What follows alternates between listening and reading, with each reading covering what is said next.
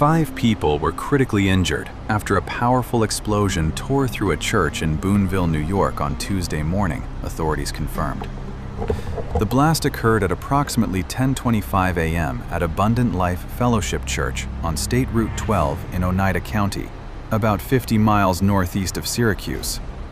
According to the New York State Police, all 5 victims, including 4 members of the Boonville Fire Department and the church's pastor, were transported to regional hospitals and were later listed in critical but stable condition.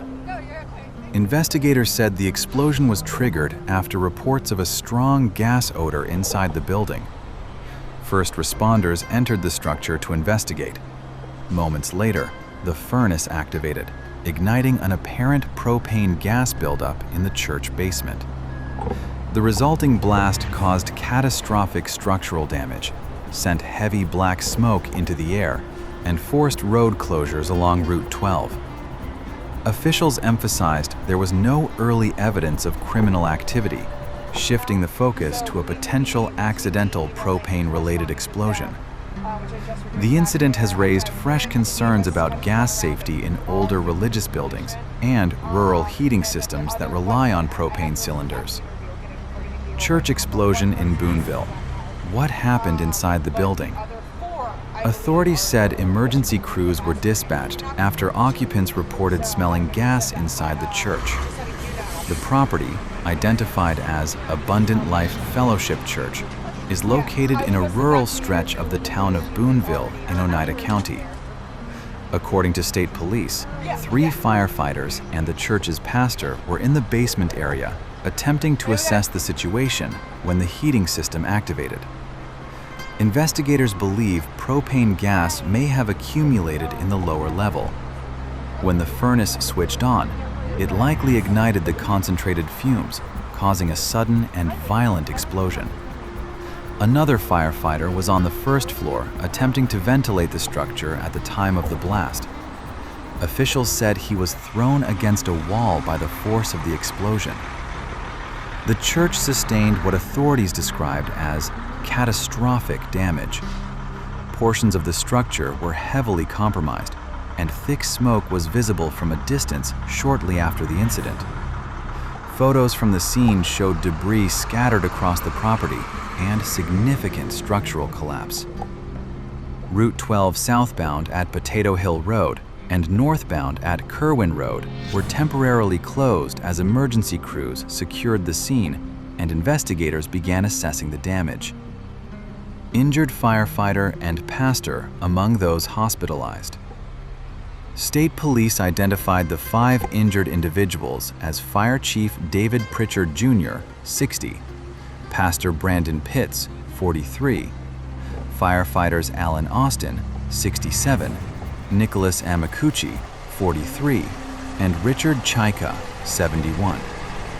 Several victims were transported to Upstate University Hospital in Syracuse, a regional trauma center, while one was taken to Wynn Hospital in Utica. Earlier reports indicated 2 people were in critical condition, including a firefighter who suffered severe burns. Later updates from authorities stated all 5 were in critical but stable condition. The injured firefighter who was ventilating the building reportedly sustained significant trauma from being thrown by the blast force.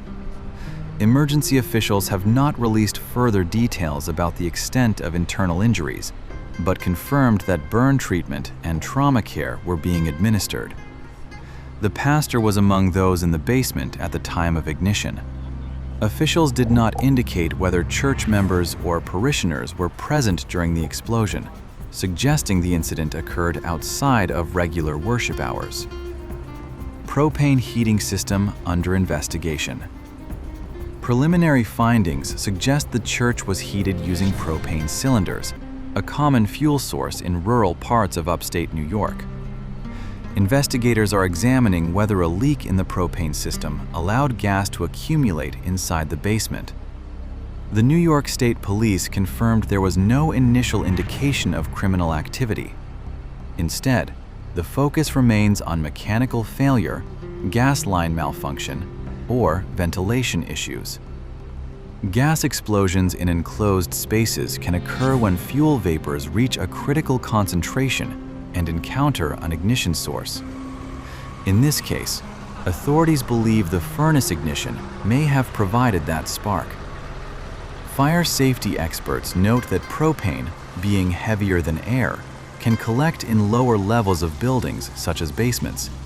Without proper ventilation, even a small leak can create hazardous conditions.